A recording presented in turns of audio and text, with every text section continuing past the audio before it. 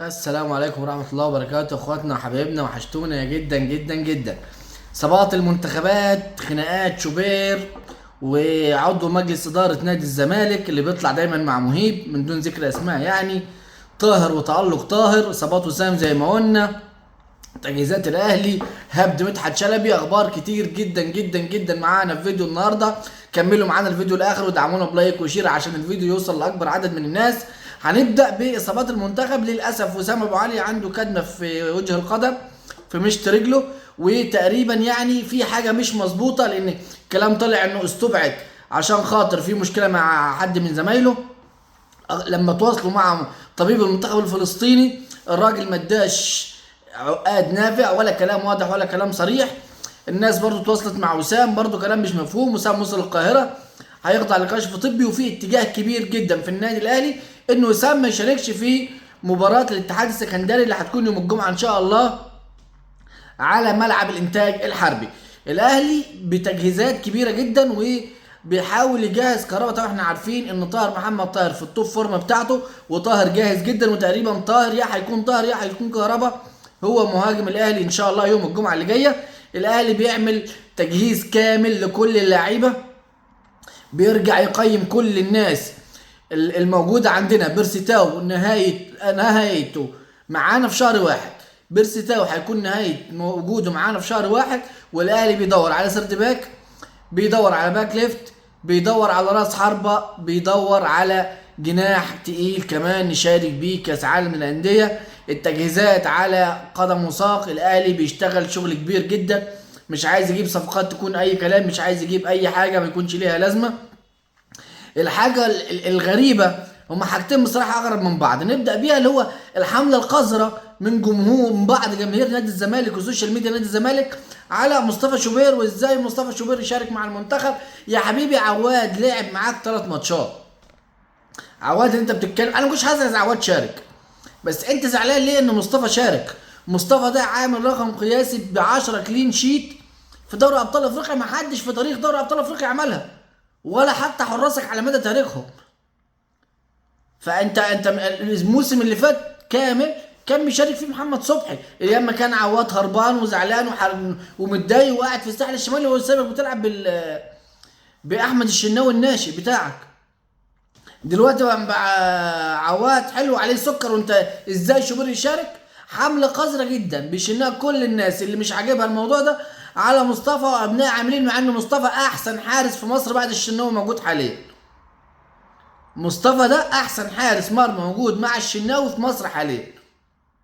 انا مش هنسمح لحد انه يختار لاعب معنويا. مصطفى حارس كبير جدا، وحارس منتخب مصر وحارس الاهلي في السنوات القادمه ان شاء الله، ربنا يحميه بس من الاصابه. مش حد الموضوع اكبر حجمه، لان الناس اللي بتتكلم في الموضوع ما تستاهلش تاخد حجم اكبر من كده. الراجل عمر الساعي شارك في الوديات، ظهر بمستوى كويس. طلع عمر الساعي ونافى ان هو بيقول لك يعني انا ازاي بعد شهرين هكون طالب من النادي الاهلي وطلعني عار. ان كانت الاخبار اللي طلعت كابتن مدحت شلبي هبد 24 ساعه، اخبار كلها هبد على النادي الاهلي، عشان خاطر احنا عارفين الناس دي بدات تهبط وتجيب اخبار اي كلام، لان شوبير سحب البساط من تحت رجليهم وسحب المشاهدات كلها وداها قناه النادي الاهلي. فعمر الساعي ما طلبش حاجه من دي، والراجل اثنى على اداء عمر الساعي في الوديات، واكد لعمر الساعي ان الفتره الجايه هيكون ليه دور مع النادي الاهلي. النادي الاهلي دخل بطولات كتير، هيحتاج كل اللعيبه. فطبعا كل ده هبد من مدحت شلبي، وهبد من بندق اللي طالع يقول لك ازاي عواد يا حبيبي عواد لعب 3 ماتشات. الناس دي بتتناول الموضوع من وجهه نظر تجيب مشاهدات، مش من وجهه نظر الصح ومش من وجهه نظر الطبيعيه. حداد 3 ايام في كفر الشيخ على اللاعب رحمه الله عليه اللي توفى محمد، والناس بتحاول تلم محمد تبرعات. يا ريت الناس اللي تقدر تساعد محمد واولاده، لان محمد لاعب عنده ابنه عامل عمليه قلب مفتوح، الله يرحم محمد. ويا ريت يكون في تجهيزات اكبر من كده للاعبتنا في الاقسام، من اللي هو الادنى من الدوري الممتاز، ويكون في رعايه طبيه اكتر من كده شويه. والناس اللي يقدر يا جماعه، اللي يقدر، اهل الخير اللي يقدر يساعد اهل محمد في حاجه، مراته واولاده، يتفضل يعملها في السر او في العلن. دي حاجه ما تزعلش حد وما تعبش حد. ان شاء الله باذن الله هنخلص من الفيلم بتاع احمد سليمان ومهيب ده امتى؟ يعني احمد سليمان طلع علينا طلته البهيه مع ابو هيب، وكان معاهم سيد عبد الحفيظ بيقول لك انا بدري هقدم لاداره نادي الزمالك وهننسى ان احنا ما نبعتش لاعيبتنا المنتخب. ما تبعتش يا سيدي لعيبتك المنتخب. اذا كنت تقدر في الاجنده الدوليه ما تبعتش لعيبتك المنتخب ما تبعتش. انما كنت تكون راجل في مجلس الاداره تطلع انا هدرس ان احنا ما نبعتش لعيبتنا، ما تقدرش ما تبعتش لعيبتك. الاجنده دوليه وانت ما تقدرش. انت بتطلع تعيط عشان لاعب ما شاركش، بتعيط عشان لاعب ما اتخدش زي عمر جابر. دلوقتي بقيت مش عايز تبعت اللعيبه المنتخب. نفاق، كلام مش منطقي، وجهين لنفس الناس، حاجه غريبه. منين بتعيط وبتحزق وبتوقع انهم ما واخدوش عمر جابر ان انت بتدرس انك مش عايز تاخد، مش عايز تودي لعيبتك. انت ما تقدرش ما توديش لعيبتك. يعني الاجنده الدوليه انت ما تقدرش ما توديش لعيبتك للاسف يعني. طبعا طلع كابتن شوبير ما خللوش، قال لك الناس تتكشف عليها عقلانيا، وعنده حق والله. لازم تشوف عقليه الناس دي عشان تعرف بس ايه اللي بيودي نادي الزمالك في داهيه. يعني دي عينه من ناس في مجلس اداره نادي الزمالك. دي عينه. مش عارف اقول ايه في موضوع احمد سليمان. كابتن شوبير كفى ووفى في الموضوع ده وما خلالوش حاجه. الحاجه المهمه النادي الاهلي بيرصد مكافآت خياليه للاعيبته للصعود لنهائي الانتر كونتيننتال ان شاء الله. نقابل بطل الامريكتين اللي لسه ما تحددش.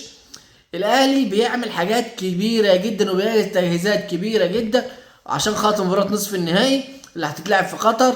الرابطه هناك، السفير، البعثه، المكافآت الخياليه ان شاء الله. الاهلي يكلل بالتوفيق وان شاء الله نصعد النهائي ونقابل ريال مدريد. اخر حاجه اللي هيكون ليها عندنا فيديو تفصيل لبكره. الاهلي ان شاء الله بكره هيلعب مع الاتحاد السكندري، واخيرا عوده الدوري. الاتحاد السكندري بقياده بابا فاسيليو مدرب كبير عامل اداء كويس مع الاتحاد. مباراتين ب6 نقاط. المباراه ان شاء الله يوم الجمعه الساعه 9 على ملعب الانتاج الحربي. هيكون في فيديو تفصيلي للقائمه بتاعتنا وللتشكيل ان شاء الله بكره باذن الله. اخواتنا وحبايبنا ادعمونا بلايك وشير. كده وصلنا لنهايه الفيديو، وكومنت لطيف من اخواتنا عشان الفيديو يوصل لاكبر عدد من الناس. والسلام عليكم ورحمه الله وبركاته. السلام عليكم.